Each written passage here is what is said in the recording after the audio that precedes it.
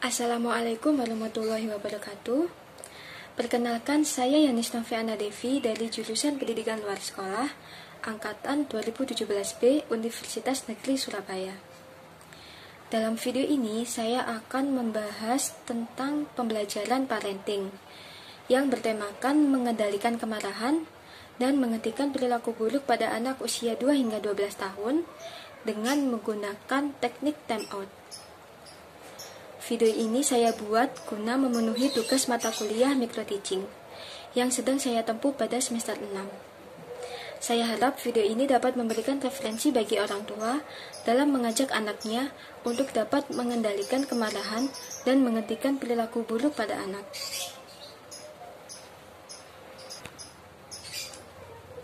Dalam video ini, saya akan menjelaskan tentang yang pertama, pengertian time out. Yang kedua, kapan dan di mana time out ini dapat dilaksanakan. Yang ketiga, usia berapakah time out dapat dilakukan.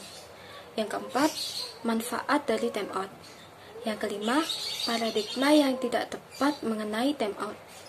Dan yang keenam adalah teknik time out itu sendiri. Nah, sebelum memasuki pembelajaran, saya terlebih dahulu ingin mengucapkan rasa syukur kehadirat Allah Subhanahu wa Ta'ala yang telah memberikan saya kesempatan untuk dapat membuat video ini dengan lancar. Dan tidak lupa juga saya mengucapkan terima kasih kepada Bapak dosen serta rekan-rekan saya sekalian sehingga video ini dapat saya buat dan saya selesaikan tepat waktu. Pembahasan pertama, kita akan mengenal terlebih dahulu tentang pengertian time out. Sebelum itu, pernahkah Bunda mengalami ketika mengasuh anak yang begitu aktif, Bunda merasakan kesulitan untuk mengendalikan tingkah laku mereka? Apalagi saat anak berulah dan membuat Bunda mengelus dada. Diberi peringatan diabaikan, dimarahi tidak didengar, bahkan Bunda merasa sulit untuk memberitahu anak-anak agar tidak mengulangi perbuatan yang buruk. Kebanyakan orang tua, khususnya para bunda, merasa frustasi dan tidak tahu harus melakukan apa sewaktu anak-anak mereka berulah. Meskipun dalam hati sudah mengatakan tidak untuk menggunakan kekerasan, namun pada kenyataannya sulit sekali mengontrol emosi. Dan alhasil, tangan selalu saja ingin segera memberi warning kepada anak, baik berupa cubitan, tarikan, atau pukulan untuk membuat anak disiplin.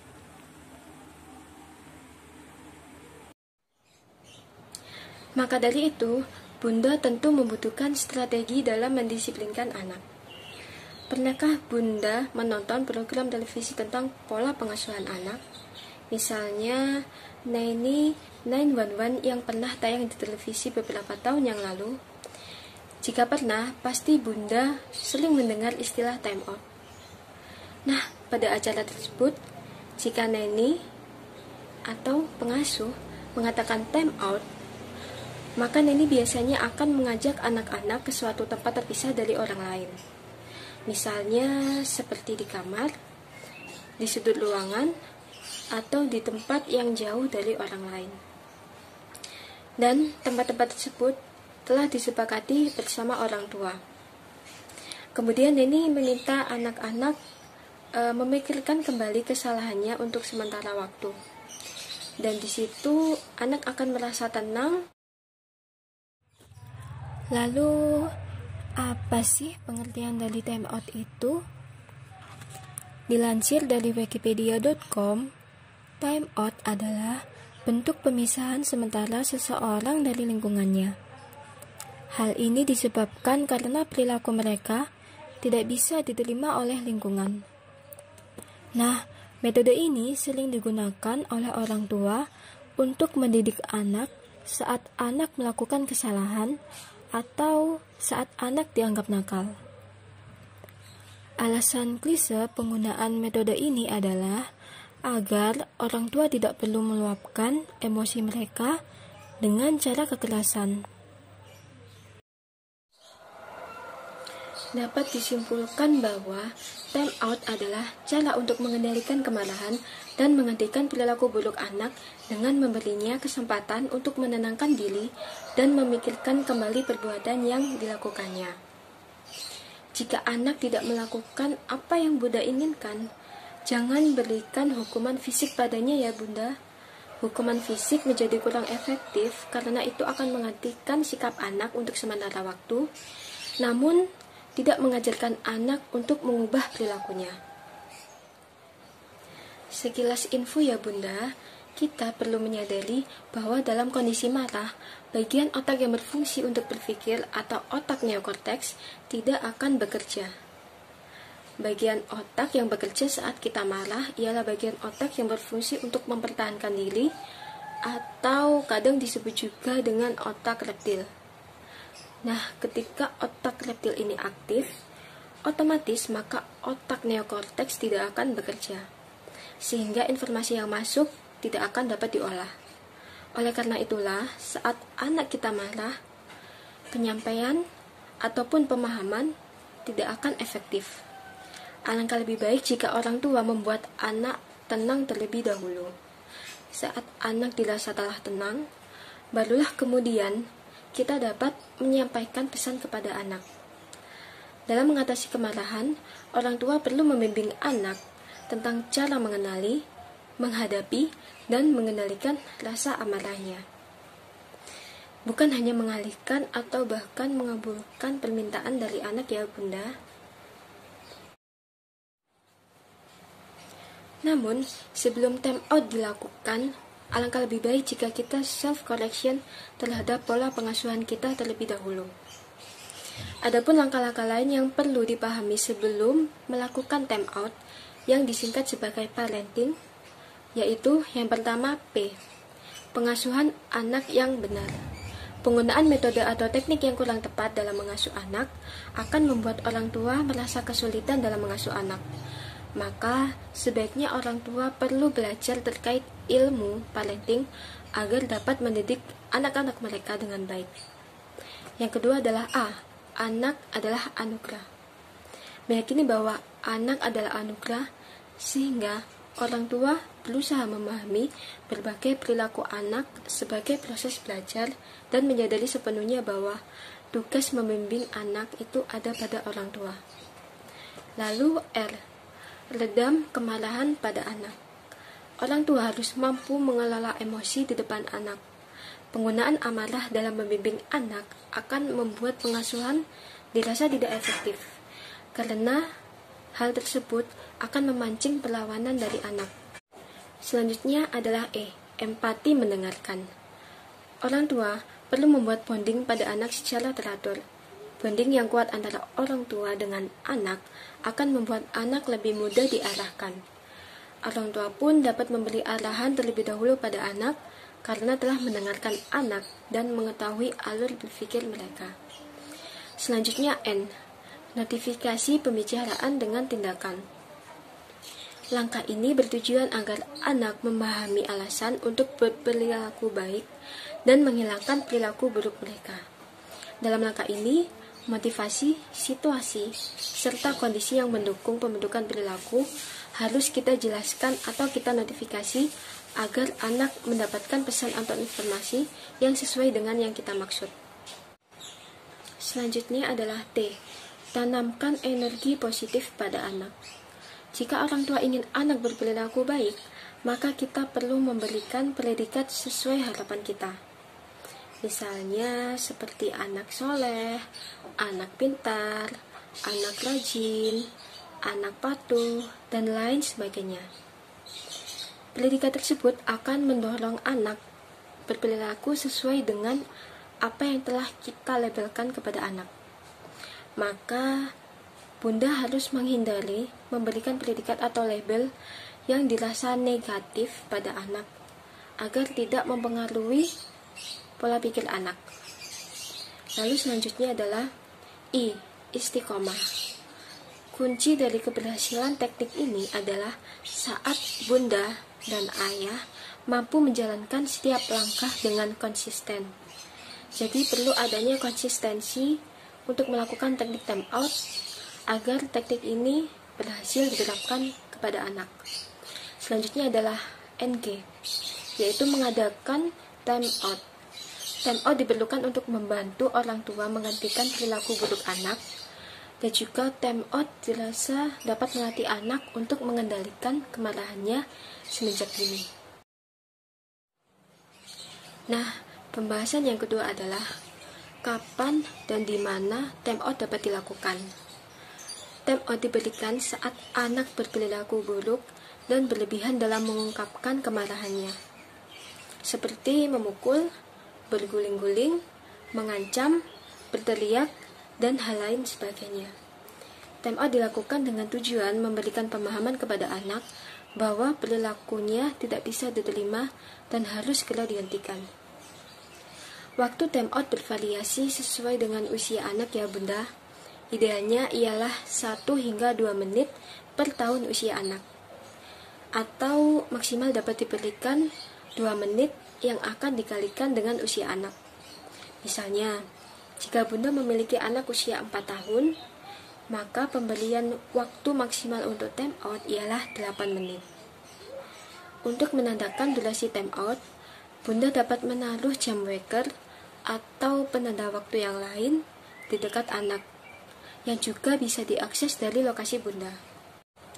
Untuk selanjutnya, mengenai tempat time out yang cocok, bunda dapat memilih lokasi yang tepat untuk menenangkan diri, seperti di kamar, lorong, ataupun ruang tamu.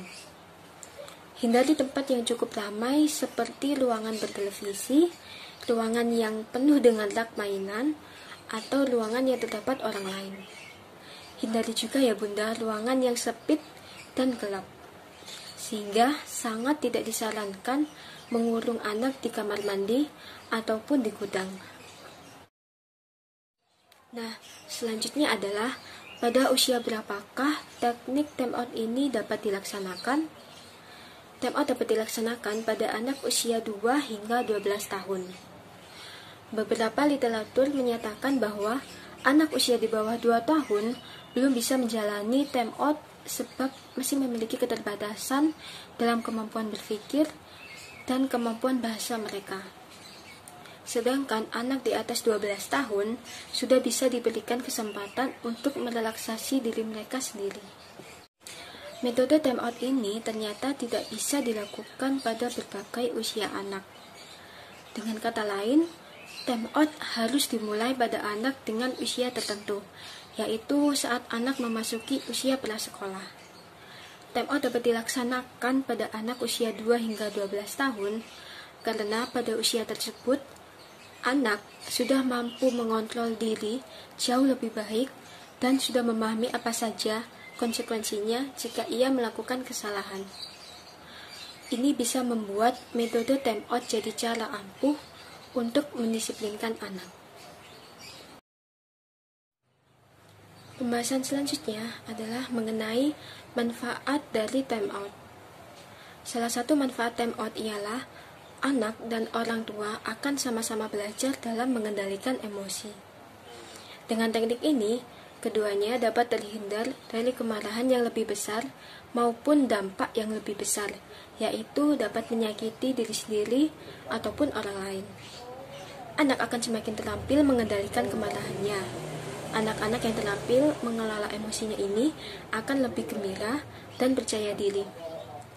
Mereka akan merasa bahwa lingkungan lebih menerimanya, sehingga hal ini pun akan berdampak positif dalam perkembangan sosial mereka.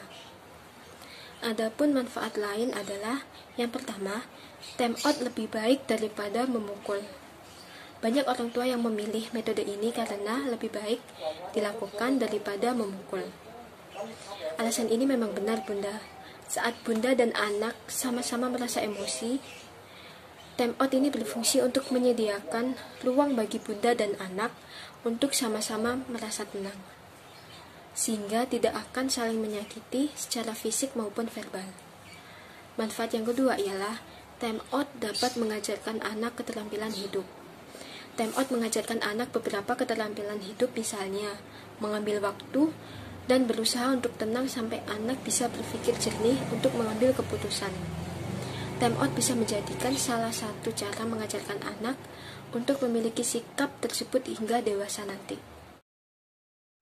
Nah, pembahasan selanjutnya adalah paradigma yang tidak tepat tentang time out. Ada beberapa paradigma yang kurang tepat yang berkembang di masyarakat terkait dengan time out, yaitu yang pertama, time out dikenal sebagai hukuman. Perlu sama-sama kita pahami ya Bunda bahwa time out ini bukanlah sebuah hukuman. Time out adalah teknik yang dilakukan oleh orang tua untuk membantu anak dalam merelaksasi diri mereka saat mereka marah atau merenungi perilaku buruknya. Anak diberikan kesempatan menyendiri untuk memikirkan perbuatannya tanpa diganggu ataupun mengganggu orang lain. Hal-hal yang membuat time out tampak seperti hukuman oleh anak ialah jika orang tua melakukannya sambil marah-marah. Dan orang tua mengatakan bahwa anak dihukum atas perilakunya. Lalu, jika orang tua memilih tempat time out yang dirasa menakutkan. Dan yang terakhir adalah jika orang tua melakukan teknik time out diketahui oleh banyak orang. Misalnya, di saat men-time out anak di depan kelas atau di saat mengajar. Paradigma yang kedua adalah time out dirasa menakutkan. Time out sama sekali tidak menakutkan jika kita telah memahaminya dengan baik. Bila kita pahami, justru seorang anak yang tidak bisa mengendalikan diri akan menjadi sebuah masalah yang besar, baik bagi si anak maupun bagi orang tua. Ketika anak dapat menenangkan diri mereka dengan baik melalui teknik time out, maka dia akan mulai merasakan kemarahannya perlahan-lahan akan semakin mereda. Sehingga ia pun dapat berkomunikasi lagi dengan orang-orang di sekitarnya. Paradigma yang ketiga ialah time out itu teknik yang sulit untuk dilakukan.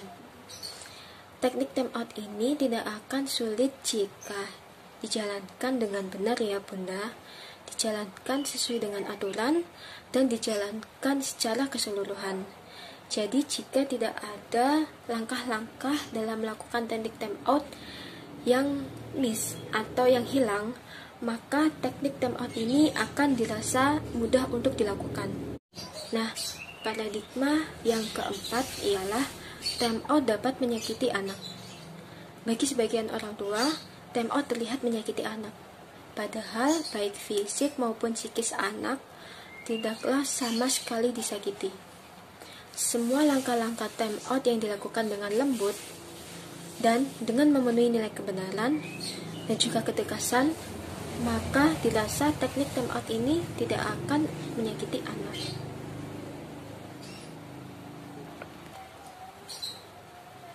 Paradigma yang kelima ialah time out dapat menghabiskan waktu.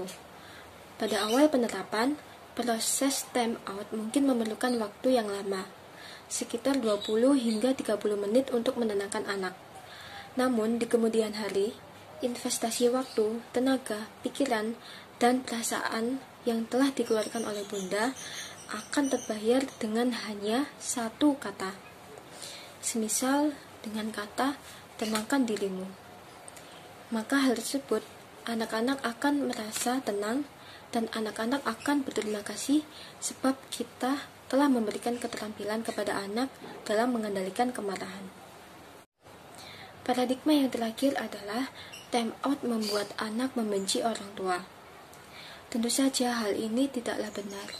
Yakinlah bahwa kita ingin membantu mereka agar menjadi anak yang lebih baik, anak yang lebih bahagia, dan anak yang lebih percaya diri. Dan pembahasan terakhir adalah mengenai cara melakukan teknik time out.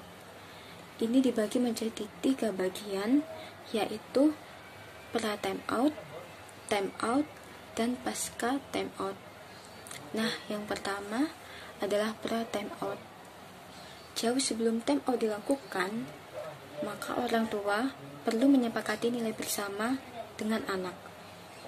Misalnya, perilaku-perilaku apa saja yang disepakati dan tidak disepakati di rumah maupun di tempat lain. Anak juga perlu mengetahui dan dipahamkan yang mana perilaku yang baik dan mana perilaku yang tidak baik.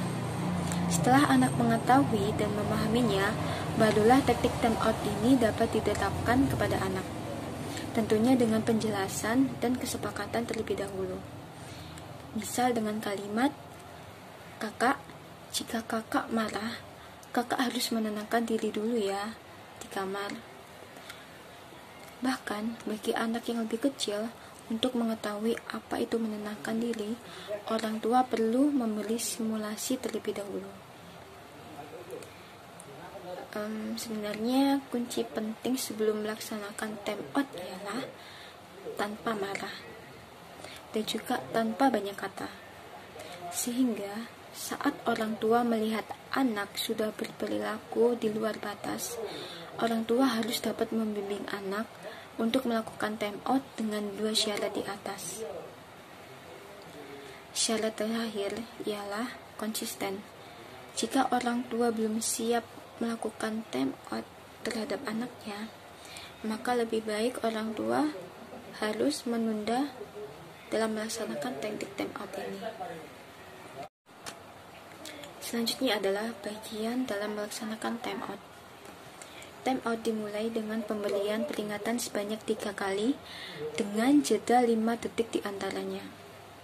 Jika sudah melakukan 3 kali peringatan, namun anak belum juga menyudahi perilaku buruknya, maka bunda dapat mempersilahkan anak untuk melakukan time out.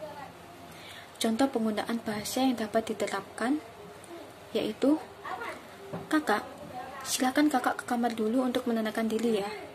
Kalau kakak sudah tenang, kakak boleh keluar." Nah, selama time out ini dilakukan, maka anak tidak boleh sama sekali untuk ditemani, apalagi diajak untuk bicara. Dan tidak boleh ada mainan, televisi, ataupun hiburan lainnya yang dapat mengalihkan anak. Selanjutnya, bagian terakhir adalah pasca time out. Setelah anak dirasa sudah tenang, kita boleh untuk mendekatinya atau bahkan harus untuk mendekatinya. Pada anak yang masih tampak kesal ataupun sedih, kita bisa menanyakan perasaannya dan mendengarkan perasaan anak.